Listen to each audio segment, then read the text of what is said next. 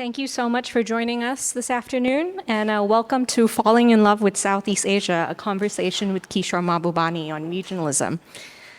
National Gallery Singapore has organized this lecture on the occasion of Diplomacy and Desire, Basoeki Abdullah in Singapore, an exhibition that is part of Dalam Southeast Asia, a project space that affords this museum reflexive close studies of its collection and its custodianship of the world's largest public collection of Southeast Asian art. Diplomacy and Desire seeds the idea that art and the curatorial, specifically the mobility of cultural producers, artists, and artworks have historically played a role in regional diplomacy and world building. Today's conversation and its title is inspired by a 2017 Straits Times article, My New Love, Southeast Asia, written by our honored speaker today, that followed your co-published book in 2017, The ASEAN Miracle, A Catalyst for Peace. Today's conversation will unfold over 30 minutes and we'll open up to a public Q&A for everyone here in the room. On this note, it is my deepest honor to introduce Kishore Mahbubani, who has been listed among the world's top 100 public intellectuals by Foreign Policy and Prospect magazines. He has dedicated over 5 decades of his life to public service. And in his 33 years as a Singapore diplomat, Kishore took on many challenging assignments, serving, for example, in Cambodia in 1973-74 during the Cambodian Civil War. He also served 2 stints as Singapore's ambassador to the UN and held the position of permanent secretary of the Ministry of Foreign Affairs from 1994 to 1998. A prolific writer and intellectual, he has published 10 books. His latest book, a memoir titled Living the Asian Century, was published in August last year. We're so grateful for your time today, Kishore. And on that note, I wanted to hand this over to you to kick us off on a number of thoughts, your thoughts on regionalism. Thank you. Thank you very much. I'm very impressed that on a Saturday afternoon, everyone's coming for this talk. Thank you very much. What I want to talk about is something that should be seen to be a genuine mystery. And this genuine mystery, which I must confess to you I haven't completely solved, is why is Southeast Asia at peace? Because going by all the logic of either past history or watching trends around the world, the peace that we see today in Southeast Asia is not normal. It's abnormal. And I'll explain why it's abnormal. And because it is so abnormal, I'm surprised that not more people are noticing it. Of course, we've had skirmishes here and there between the 2 ASEAN member states, like recently between Thailand and Cambodia. But we have nothing like the kind of major wars you see happening in Ukraine or the major wars you see happening, as you can see, in Gaza today, right? So the reason why I say it's a mystery is because firstly, if you look at all the regions in the world, the one region that should be programmed for war rather than programmed for peace should be Southeast Asia.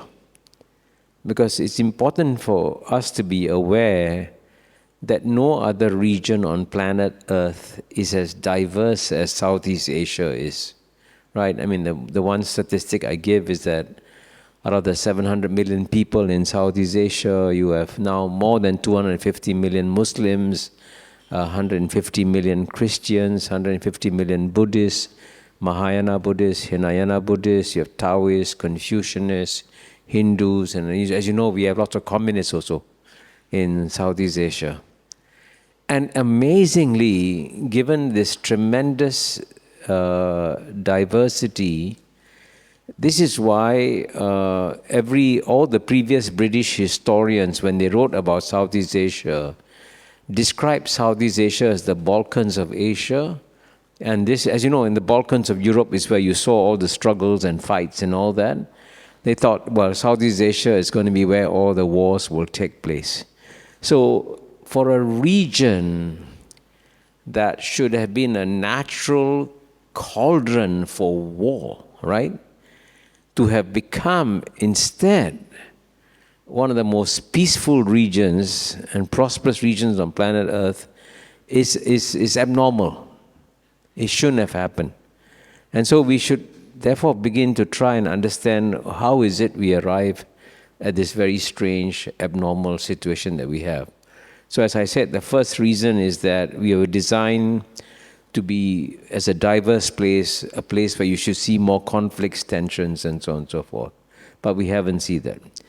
And secondly, the reason why this peace is abnormal is because if you look at, for example, you should compare ASEAN or Southeast Asia to the regions in the global south, to the developing countries regions. And I'm going to take you on a tour of the world, and I'll show you how ASEAN, in comparison with every other region, is doing. Now, of course, our most immediate neighborhood in some ways is South Asia, right? And you have India, Pakistan, Bangladesh, Nepal, Sri Lanka, Maldives, right? And they have a regional organization called the South Asian Association of Regional Cooperation. Now, that region actually should find it easier to cooperate or have peace with each other because, frankly, they share common history. And even though there's divisions between Hindus and Muslims, and as you see between India and Pakistan, the people speak the same language, eat the same food. And I can tell you, when I was serving as Singapore's ambassador in New York over 10 years, and I would meet all the bankers from Citibank and other places, and I would watch these Indians and Pakistanis talking to each other, singing the same songs, eating the same food, and I couldn't tell who's Indian, who's Pakistani, They look very similar, right? So they were so similar, and yet despite that, as you can see, in South Asia, you've had significant conflicts. In fact, one that took place very recently on a much larger scale than anything you see in Southeast Asia. And at the same time, the leaders of the South Asian Association of Regional Cooperation haven't even met each other for several years. They can't talk to each other. I mean, forget trying to make peace. They can't even talk to each other. That's the South Asian Association of Regional Cooperation. And of course, if you go to the Middle East, as you know, the Middle East is a really troubled place. And just when you think things may settle down, some new surprises come out there. And I can tell you, for example, the Israeli bombing of Qatar should come as a big shock to us. Because frankly, Qatar is a peaceful, sovereign country that was actually trying to bring peace between the Israelis and Palestinians, and actually at the request of the Americans too. But then out of the blue, they get bombed, right? Now, as you know, you all sitting in this room, not worrying for 1 second whether or not a bomb will come and land somewhere near you, right? You take it for granted. The people in Doha took it for granted too. Guess what? The bombs came. So again, it shows you how abnormal the peace we have over here. And of course, if you go to the continent of Africa, as you know, there are a tremendous number of conflicts here and there of different scales, and some are incredibly brutal. Thousands have lost their lives, like in Sudan, for example. Tremendously painful wars have taken place in Africa. And what's interesting is that when you cross the Atlantic Ocean, when you go to South America, the good news about South America is that the states don't go to war with each other. There's been no major war between Brazil and Argentina, or Brazil and its neighbors, and so on and so forth. So by and large, South America is at peace. But even though most of them share the same language, most of them speak Spanish except for Brazil that speaks Portuguese, and despite the fact they come from a common European traditions and they should have learned from the example of Europe, Even there, regional cooperation is difficult, and the leaders of Brazil and Argentina haven't met for some years again. Again, they don't talk to each other. See? They're very similar, but they don't talk to each other. And in Southeast Asia, we have no difficulty talking to each other. So if you compare Southeast Asia region by region by region, it's amazing that we are by far the most peaceful and prosperous corner of the global South, right? And then what's interesting is that even if you compare ASEAN, let's say with in theory the most successful regional organization, which is the European Union. Now it's true that within the European Union, there have been no wars fought among any two EU member states. And that's a great achievement on the part of the European Union. And I consider this the greatest civilizational achievement of any regional organization, because in the European Union, you don't just have zero wars with each other, you have zero prospect of war. Now, we in ASEAN, we have not achieved zero prospect of war yet, as you can see within Thailand and Cambodia, the skirmishes there.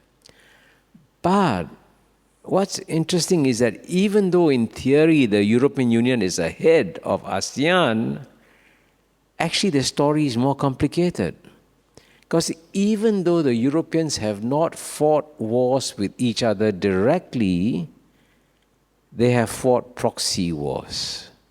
And I can tell you that one reason why Yugoslavia fell apart in the 1990s was because different European countries supported different parts of Yugoslavia. And so that war was in one way a result of European Machiavellian manipulations that also happened, right? And what's interesting is that even though the European Union is supposed to be a beacon of peace, the major wars that we have seen since the end of the Cold War in 1990 have been in and around Europe. And I can tell you that, for example, the European Union, the current war in Ukraine could have been avoided if the European Union had shown some degree of geopolitical competence in managing its neighbors like Russia. Now, there's nothing that I say justifies the Russian invasion of Ukraine. The Russian invasion of Ukraine is illegal. It violates international law. That's very clear. But it's a war that could have been avoided that if there had been more geopolitical competence.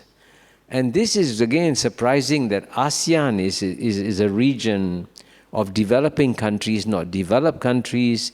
The Europeans have much bigger budgets, much more sophisticated foreign ministries, but they failed to achieve peace in the region.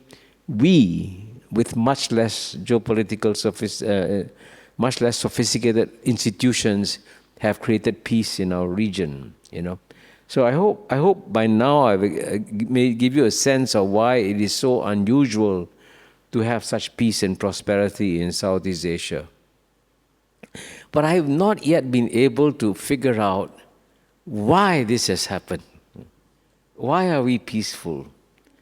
But if you ask me to look for a theory, I would say it has to do possibly with the character and soul of the largest member country within ASEAN. Now, why does the largest member country matter? I can tell you that most regional organizations fail because the biggest country in the region tries to dominate the organization. And for example, if you talk to in South Asia, sometimes the neighbors of India complain, well, India is too big, is trying to control the organization. If you go to the Pacific Forum, I can tell you, when I was ambassador to the UN, the Pacific Forum ambassadors would tell me privately, saying Australia is so big, Australia is trying to bully the small countries in the Pacific Forum. And certainly the Organization of American States is dysfunctional because the United States is so strong. It controls and manipulates the organization. So if the big country tries to control or dominate the region, then it becomes dysfunctional. So what's interesting is that Indonesia has decided not to do that, which is unusual. And the question is, why not? You know? And here I must say, and I reflect on the fact that I first attended ASEAN meetings in 1971. That's about 54 years ago. And I can tell you, when I attended the ASEAN meetings at that time, there was a tremendous amount of distrust among all the ASEAN countries. It's quite natural because, Malaysia and Singapore had just separated. Indonesia just had confrontation against Malaysia. Philippines was claiming a state of Malaysia. And then, Thailand had some problems with Malaysia over separatists in southern Thailand. So you had all kinds of problems within the region. And there was a lot of suspicion. So how do we overcome that suspicion and rivalry? And when I look back at it, I realized that actually the Indonesian diplomats, in a very sort of understated fashion, tried to get everyone to compromise, And the Indonesians developed this concept of what you call musyawarah and mufakat, which means consultation and consensus, right? And so that somehow rather, I don't know how, got planted into the DNA of ASEAN from a very early time. And because of that DNA of consultation and consensus, where everybody compromises, then you end up with a result whereby ASEAN has become so peaceful. And what's interesting, by the way, the other miracle of ASEAN that many people don't seem to realize, in many other regions, when two countries have been at war with each other, and when the war ends, the bitterness continues. And they don't talk to each other. They don't come together. See, by contrast, in ASEAN, I used to fight the Vietnamese ambassador for a long time in the UN in the 1980s. But when the Cold War ended, ASEAN admitted Vietnam into ASEAN. And that's amazing, a former adversary. And what's even more remarkable is that in October next month, Timor-Leste will be admitted to ASEAN. Now, why is the admission significant? Timor-Leste, as you know, used to be part of Indonesia and then became independent. It's in some ways similar to a region called Kosovo that used to be part of Serbia and then it's separated, right? And today, relations between Kosovo and Serbia are really bad. They don't talk to each other.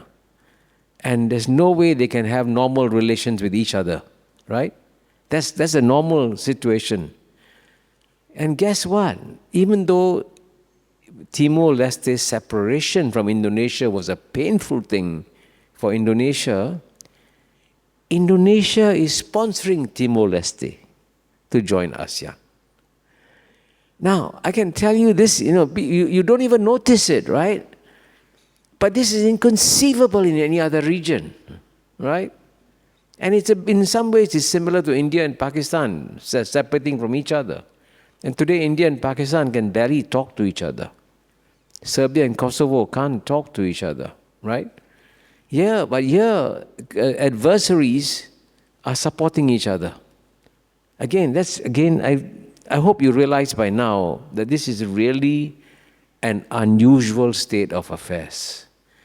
And my big worry, by the way, the reason I talk about it is that because it is so unusual, the big danger is that we take it for granted. We take it like this is normal. It's not normal. It requires a lot of work, a lot of effort, and a lot of commitment to try and keep ASEAN remain peaceful. And that's why, I wanted to come and have this dialogue, because if we don't appreciate what we have today, which is a very special and very unusual, peaceful situation in this region, you can lose it. And so that's why I think we must all become more conscious of this special nature of ASEAN. So I hope I've given enough thoughts for you to. Sorry. Thank you so much, Kishore. I mean, I think what you've put on the table is something critical for us to think about when we think about regionalism. And, you know, ever since you recently worked on the book, Can Asians Think of Peace? And I noticed when you were traveling, the book, and you mentioned it in the book, in your essay in the book, this concept of geopolitical competence. And you were just saying this in the sense that Southeast Asian regionalism, ASEAN evidences geopolitical competence, war reflects geopolitical incompetence, but ASEAN not having had a war reflects geopolitical competence. I was wondering, you know, this idea is so important. If you could flesh it out a little bit more for us, what are there specific cultural values to geopolitical competence? Well, it's easier to spot geopolitical incompetence than to spot geopolitical competence, you know. And of course, you know, whenever there is geopolitical incompetence, there is wars.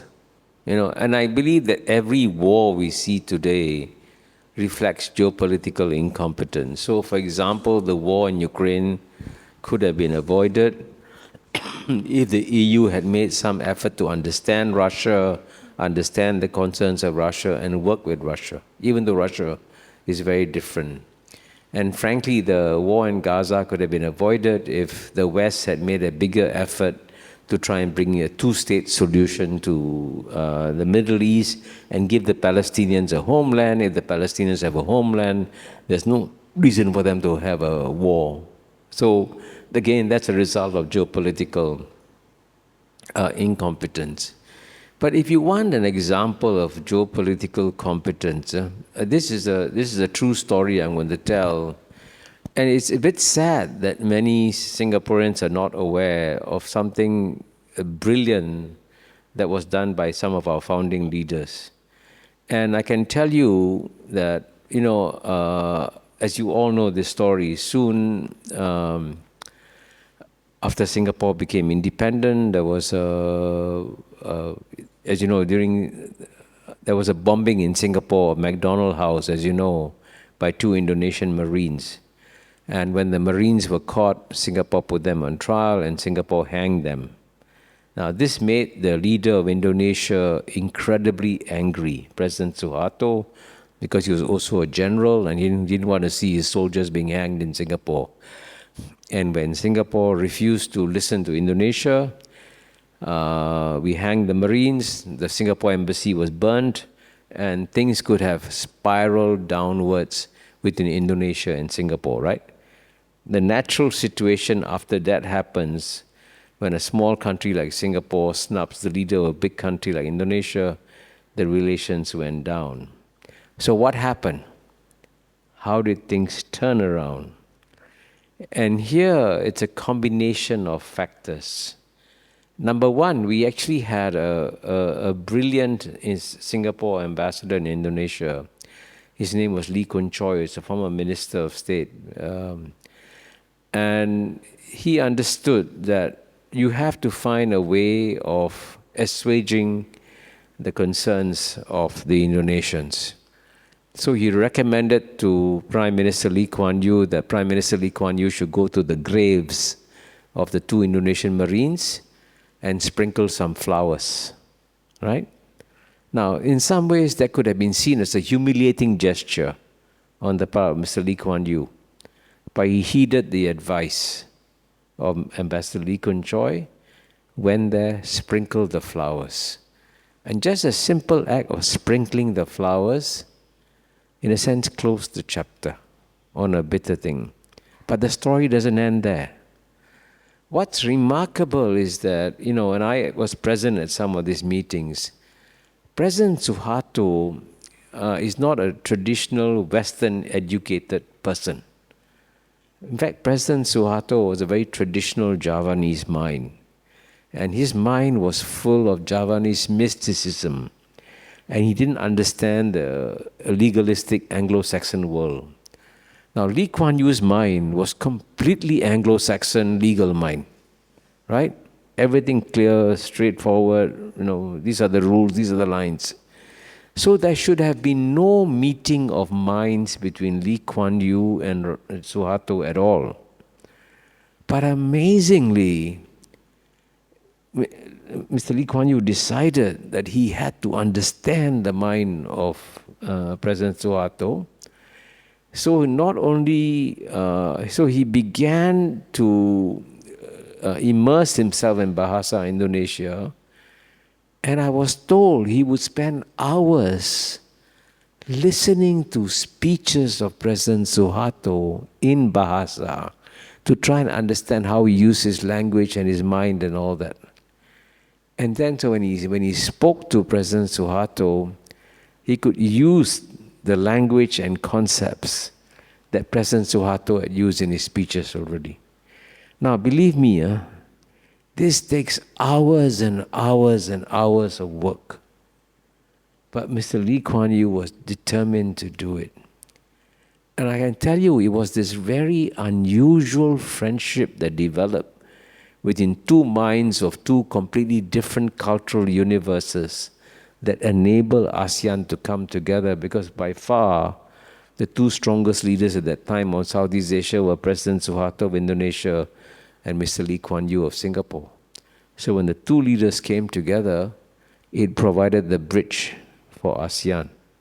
Again, this is a story that almost nobody knows, But this is, and can you imagine if the European leaders had done the same thing, had immersed themselves in Russian, listened to hours and hours of the speeches of Putin to understand the mindset of the man and why he thinks Ukraine is so important to the future of Russia. And many people rubbish Putin's views. You can't. His views do matter. But the fact that the Europeans have made no effort whatsoever is actually quite shocking. But it reflected, by the way, and this is where the larger historical context matters a lot. It reflects at that time, at the end of the Cold War, the Europeans thought they had won the Cold War, so they became very arrogant. They saw no reason for compromise with anybody. We have won, we are the top dogs. We decide, you accept what we are today. And that arrogance clearly leads to geopolitical incompetence. Whereas humility, by the way, is a very good quality to have in geopolitics. And that's what this region had. So that's the contrast between what's so special about Southeast Asia and other regions. Thank you. And that story is actually a very beautiful one, to think about the idea that the meeting of two minds across cultural difference can be the basis actually for geopolitical competence, but also a type of geopolitical harmony over a difficult moment in history. There's been a burning question, I think, that I've been wanting to ask you, but also that informs this lecture a bit, or this invitation that we extended to you, and they're so grateful that you took, which is, when we think about this meeting of two minds across cultural difference, do you see a role for cultural institutions like ours, like the National Gallery Singapore, in holding that space for geopolitical humility? How important is culture and art for the meeting of minds, first of all, but also for the concept of geopolitical competency? Yeah, well, I think I do believe that art can act as a bridge, definitely. And by the way, as we are celebrating the work of Basoeki Abdullah, I noticed that when you were describing the work of Basoeki Abdullah, you noticed that his patrons were from all over Southeast Asia, right? They were not, it was President Suharto, the Prime Minister of Malaysia, the Sultan of Brunei, the King of Thailand, the President of Philippines. Now, by the way, these are 5 culturally very different countries, right? And yet they could appreciate the paintings of Basoeki Abdullah. So that's a sign of openness, And of course, the interesting thing about Southeast Asia is that the one thing that is the one cultural base that is common to 9 out of the 10 countries in Southeast Asia is that 9 out of the 10 countries have an Indic cultural base. And that's why you find the Ramayana and Mahabharata being performed in different parts of Southeast Asia. And incidentally, it is, when you look at South Asia, which is where, by the way, Hindus and Muslims first learned to live with each other. Hindus and Muslims live with each other in South Asia long before they live in Southeast Asia. But till today, there is a kind of deep suspicions between Hindus and Muslims in South Asia. Whereas by contrast, in Southeast Asia, Hinduism and Islam gets along, right?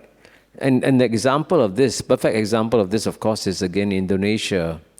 And to me, it's surprising people haven't noticed that when President Suharto, who was the leader of the largest Islamic country in the world, decided to put up a huge statue in the middle of Jakarta and the biggest roundabout, right?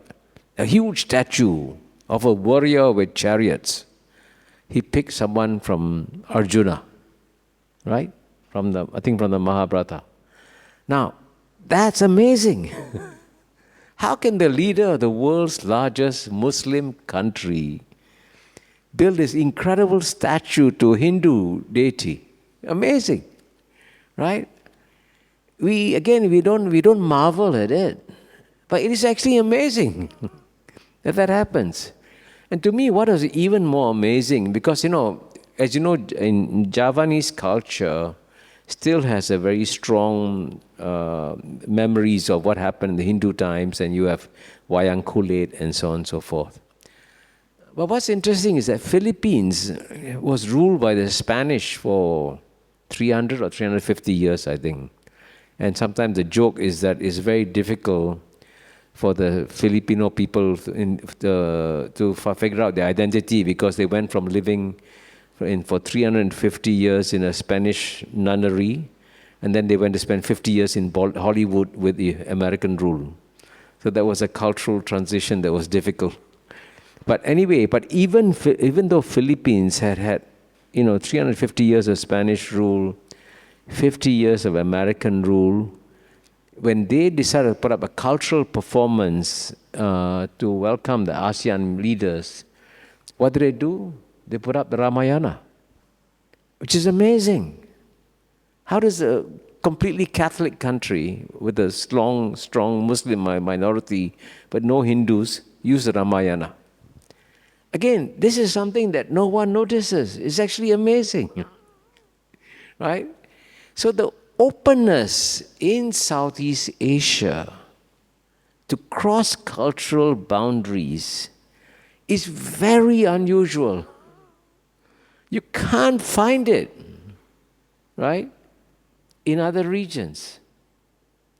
And believe me, that's why I call my book the ASEAN miracle, because these are the sort of miracles that happen within ASEAN.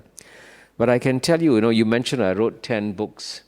Probably my least successful book, the least read book of mine was the ASEAN Miracle, because you know what, people find it hard to believe that it's something like ASEAN could be a miracle. They like titles like Can Asians Think? Has China won? Has the West lost it? Then all the books sell. But when I give a positive title, ASEAN Miracle, nobody buys it. Which is why even this event is unusual. That's an interesting thought, because in a sense it also means that the quiet work of cultural institutions for holding space for these kinds of cultural openness is important, actually, for this concept of geopolitical competency. I have to ask you before we open to the public, because obviously I would be remiss if I didn't ask you about this. So obviously, within the last month, there has been a lot of political performances happening. We mentioned actually right before, China's September 3rd military parade, which has been in the news. And even as you opened up and you sort of talked about the type of political performances that undergird Lee Kuan Yew going to Suharto, laying the flowers in relation to the McDonald house bombings, which is historical. We're looking at a very bombastic moment in political performance if we think about the renaming of the US Department of Defense into the US Departments of War. You have these sort of large displays of might, right? And in your books, you have talked about us going through a transition from an American century to an Asian century, right? And so first of all, if we're looking at political performances, is this transition, do you think, going to be a smooth, is it going to be a smooth or a rough one? And how might the smoothness or the roughness of this transition change the way we think about regions and regionalism? That's a big question, I know, but I have to leave with a big question before I open to the public.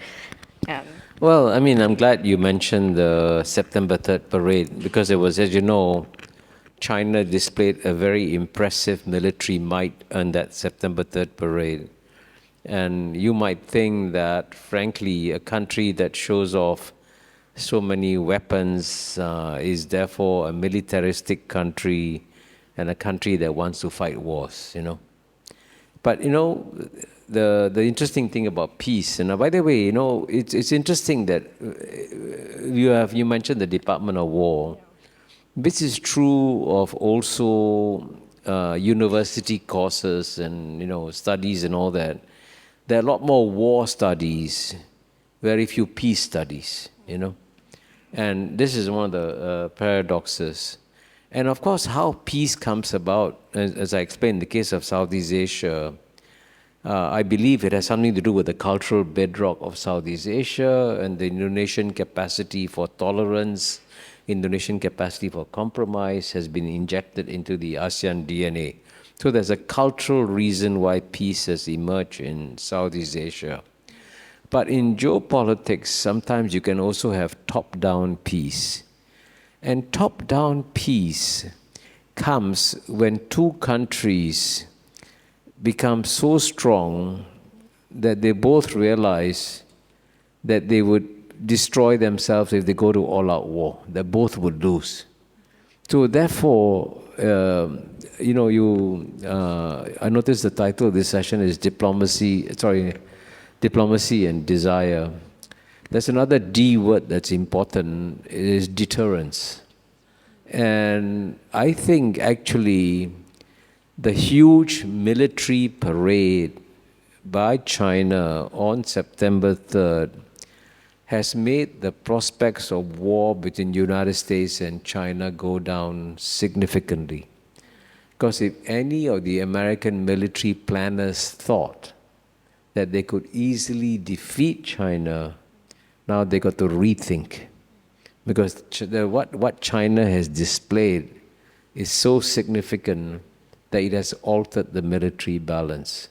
And therefore, in my view, that was a positive result of that September 3rd parade. And this is, by the way, also true sometimes even among neighbors. It's good for neighbors to understand that they have the military capability. But the important thing is that you must have the wisdom to have the military capability, but not use it. And certainly not use it excessively. And my big worry about Israel today is that Israel has demonstrated it's a formidable military power. I mean, I cannot understand how this small country, Israel, right, 7 million people, can take on a country like Iran of close to 90 to 100 million people and carry out this incredibly precise military attacks. Now that shows a tremendous amount of military acumen. But at the end of the day, you got to combine that military acumen with an ability to find peace, right? And that's something that Israel is not learning. And that's my big worry for Israel. So it's important to show your military might, but it's also important to know when not to use it. Thank you. Before I open to the audience, which I promised I would, just because you brought this up, that we don't talk about peace as much, and I'm not sure how many people in the audience are aware that you've been working on the Asian Peace Program at NUS, and that recently led to the Can Asians Think of Peace book that was also launched earlier this year and is open source for everyone's knowledge. Could you maybe, before we open in public, share with us a little bit of in relation to the work you've done on peace? How do you see your role as a writer and thought leader based in Singapore? Well, I mean, when I stepped down as Dean of the Lee Kuan Yew School of Public Policy, I decided I should try and make at least a small contribution, to make the world a better place. So I launched something very small called the Asian Peace Program.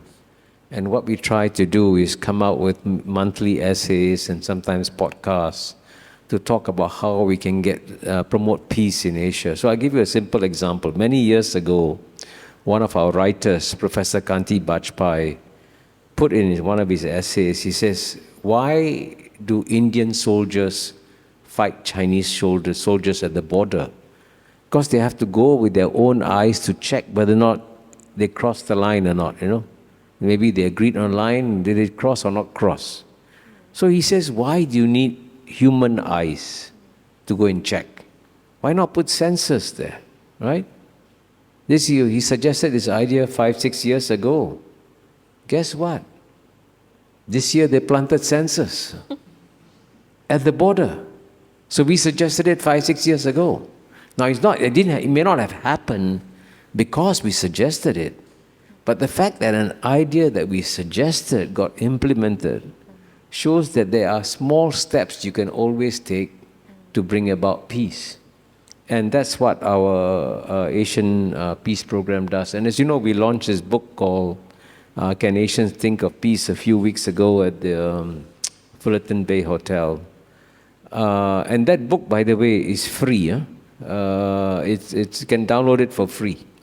And amazingly, even though it's been out for 2-3 weeks, about 160,000 copies have been downloaded. And I must say, I hope that we will do as well as one of my previous book, which is called The Asian 21st Century. And that one, I asked the publisher, Stefan von Holzbring of Springer Nature, what is your target? How many downloads should we get to say that the book is a success? And he said to me, if you get 20,000 downloads, it's a success. But instead of 20,000 downloads, there have been 4.1 million downloads in 160 countries around the world. And to me, that's a signal that the world is preparing for the Asian century. But it's very important for us in Asia to ensure that it's not just an Asian century, but it's an Asian century of peace also. And that's why we launched this book, Can Asians Think of Peace? Thank you. I think it's so clear to us that the seeding of ideas and the meeting of minds culturally is so important to building this Asian century of peace. So on that note, I just want to open up to the audience. We have 15 minutes for any questions that you may have. Can I see if there's anyone in the audience that, here the gentleman in yellow, and then later the gentleman in red, and then we'll come over to blue. Yeah. Good afternoon, sir. My question is, you mentioned about the September 3rd military parade of China. Shortly, a few days later, US Politico actually has reported that the US military has decided to focus on homeland security and Western Hemisphere in the future. How should we prepare for ASEAN region with American absence in the future? Thank you. Well, I would say that, of course, the future is always unpredictable and surprises can happen. But I'm prepared to take bets that the United States will be in this region for at least another 10, 20, 30 years. Because most great powers don't, if they have influence in some regions, they don't give it up that easily. They're not going to withdraw and go back. And certainly the United States, I think, will be more cautious in its dealings with China. It's demonstrated that. But it's not going to withdraw from this region anytime soon. And also the Americans are aware that in many parts of this region, in Japan, in South Korea, certainly in Southeast Asia, there are reservoirs of goodwill towards the United States, partly for historical reasons. So there's no reason for them to withdraw from this region. In any case, since the Vietnam War ended in 75, which is 50 years ago, the United States hasn't fought any wars here. So there's no reason for the United States to leave this region. So I think the US-China contestation in our region will continue.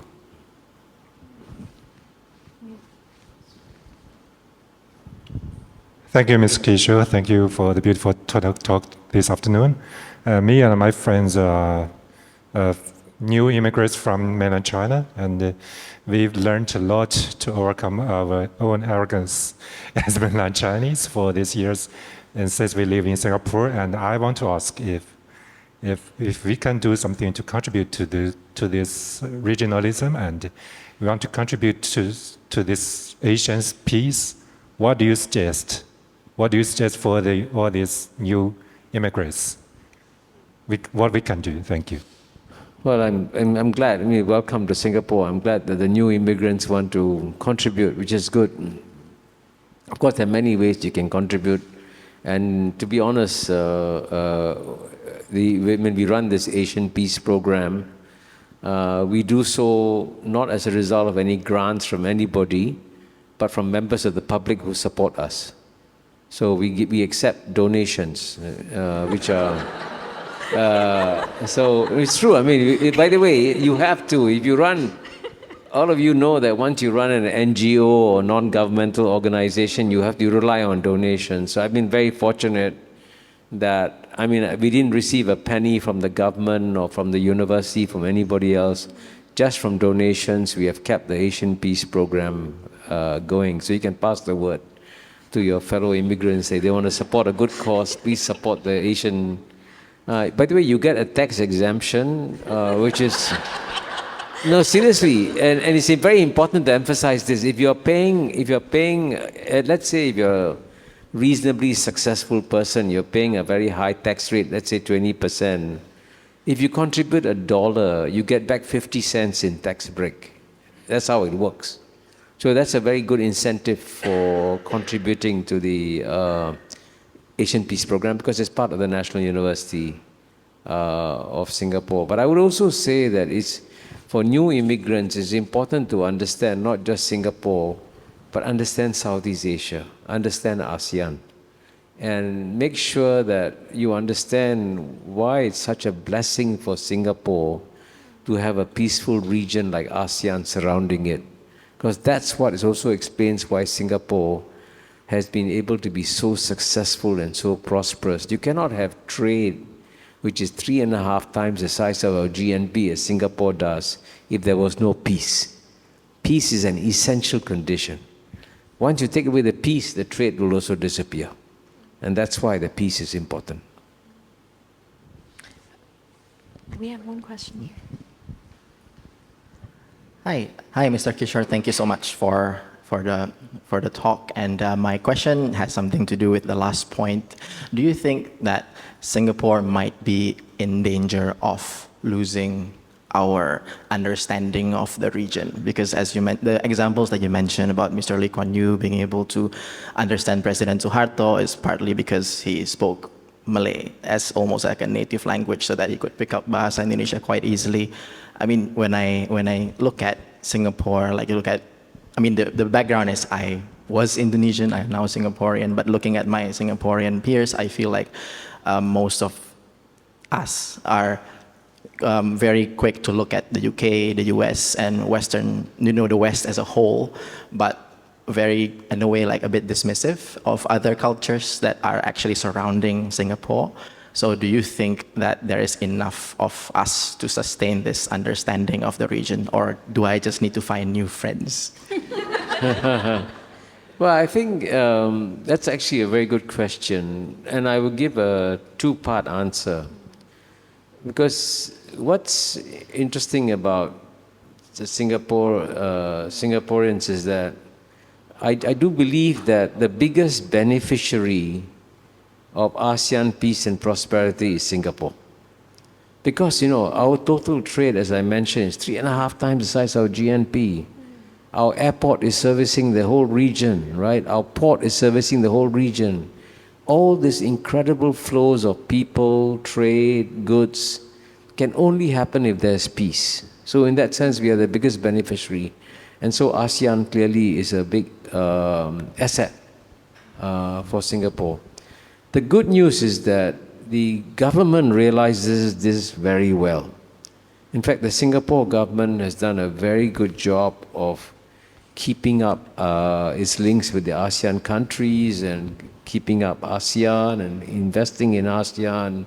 And so Singapore is among the strongest supporters of ASEAN at a governmental level. But paradoxically, even though the government is very committed to ASEAN, the people of Singapore are so ignorant about ASEAN, right? And I gave you an example. Nobody read my book, The ASEAN Miracle, right?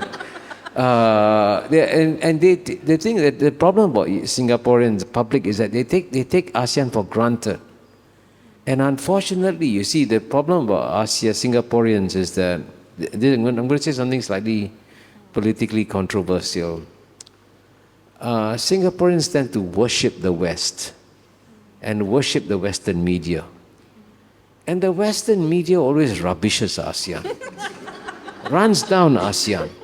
So the Singapore population inherits this Western prejudices against ASEAN and rubbishes ASEAN, which is mad.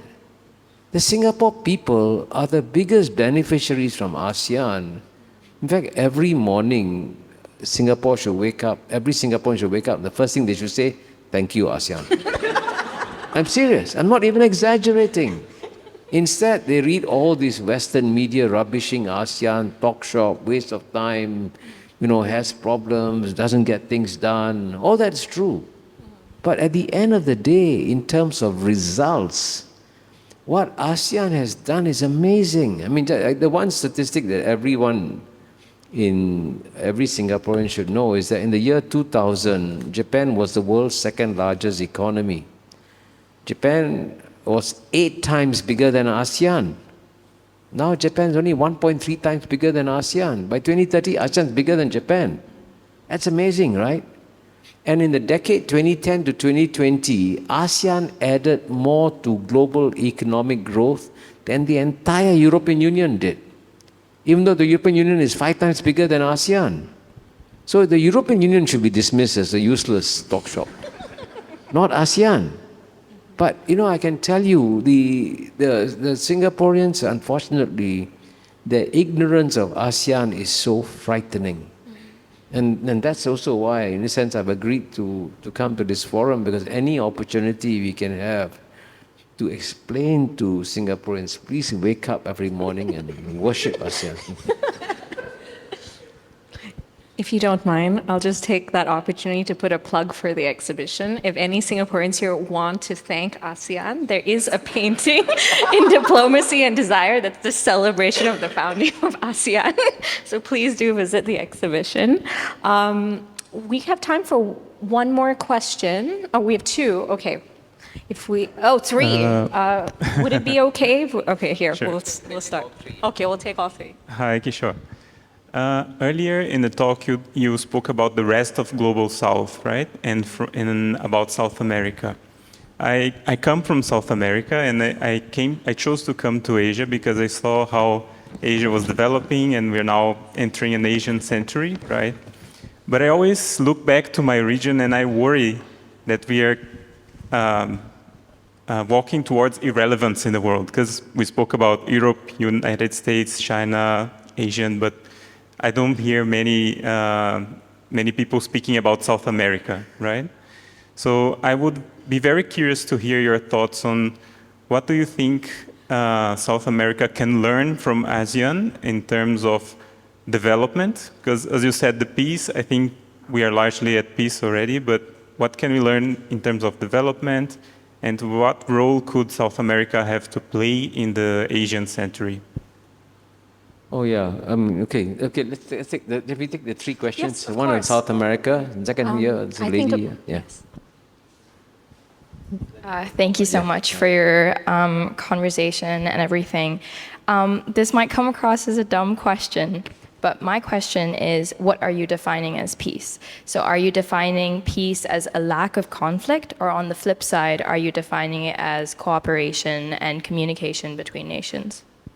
I think we had one in the back there, but there was also over here. Yes. Hi, Kishore. I have a question on art and cultural value. In your books, Can Asian Think? You explore the subject of cultural differences between the East and the West. What role do you think can art play in bridging and highlighting the divides between different cultural value systems?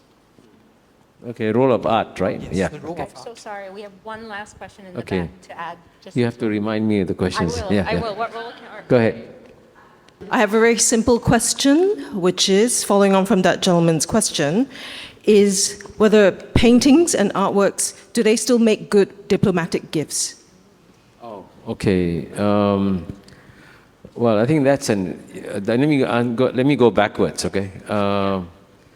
Yes, I mean certainly painting and artworks are very, very important. And one thing good is that good paintings, as you know, good artworks transcend all cultures, right? We can all appreciate a Picasso or whatever it is, regardless of where we came from, And other great, for example, I love the painting by Rodin of the tigers, right? And the tigers in the burning forest. Yeah. That's such a powerful painting. You every time I see it, I get moved by it, right?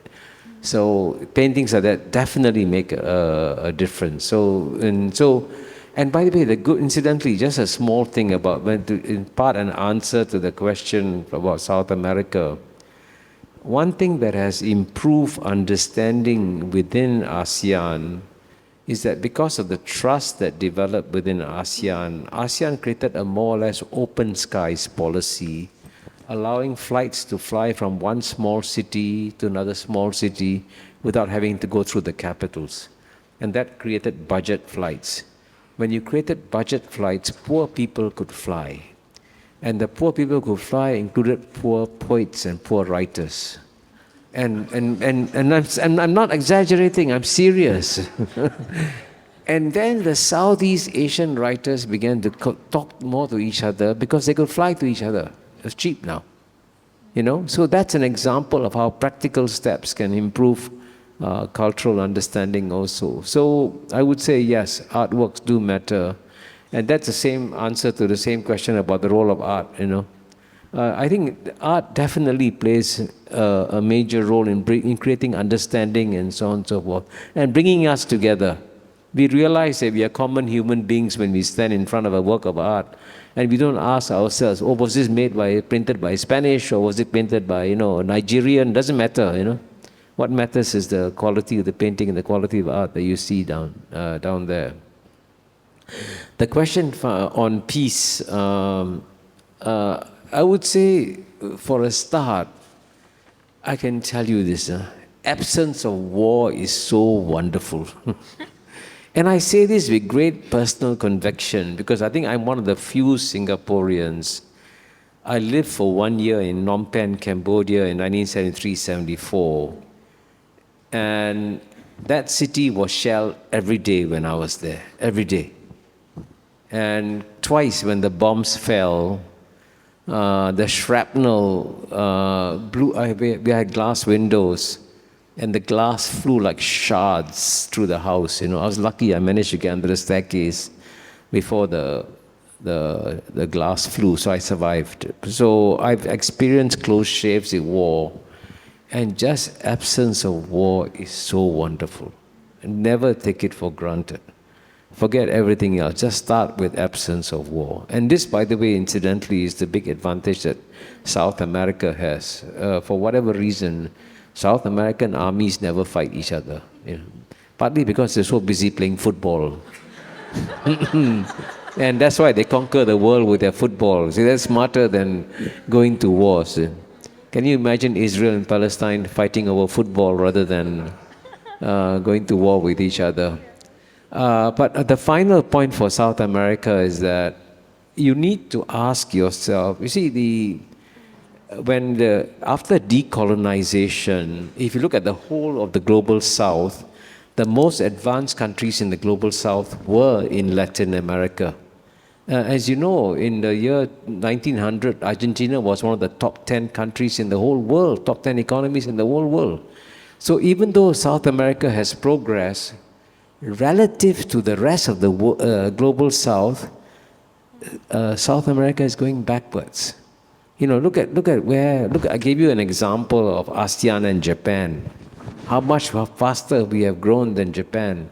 I think that's not true of South America, for example. Of course, some economies have done well. But South America started with so many advantages compared to ASEAN, and yet hasn't grown as fast as ASEAN, which is surprising. And that's why South Americans should come and learn from ASEAN. What have we done? And I can tell you that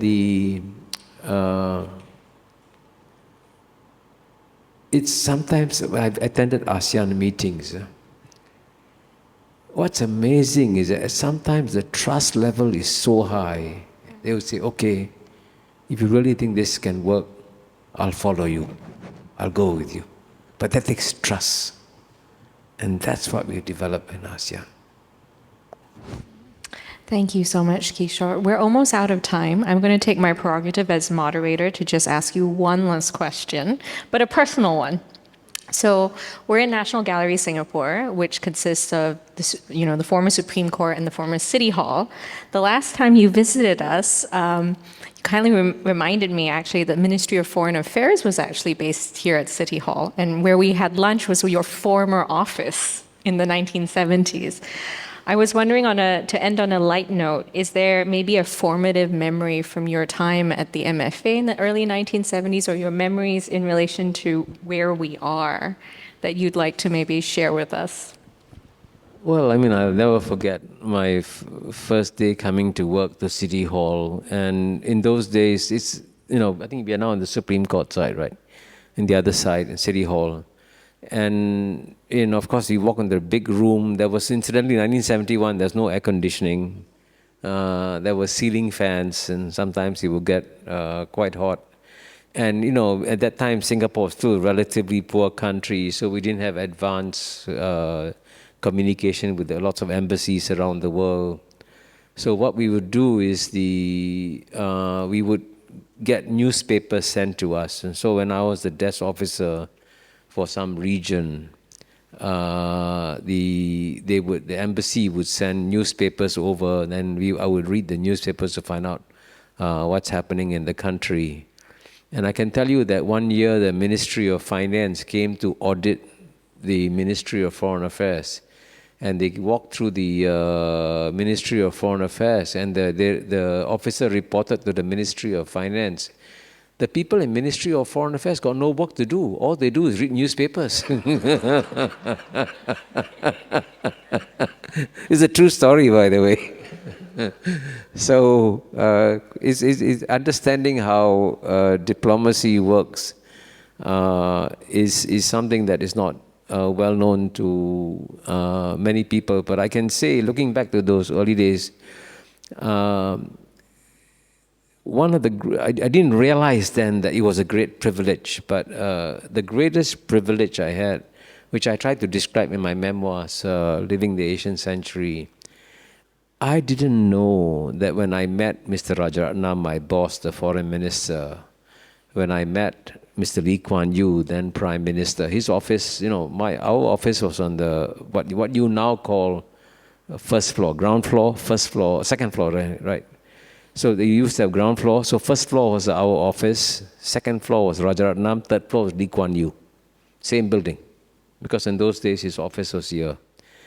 And when I met Rajaratnam, when I met Mr. Lee Kuan Yew, and then I also got to meet Dr. Goh Keng Swee, I had no idea. I just thought, these are my bosses, that's okay.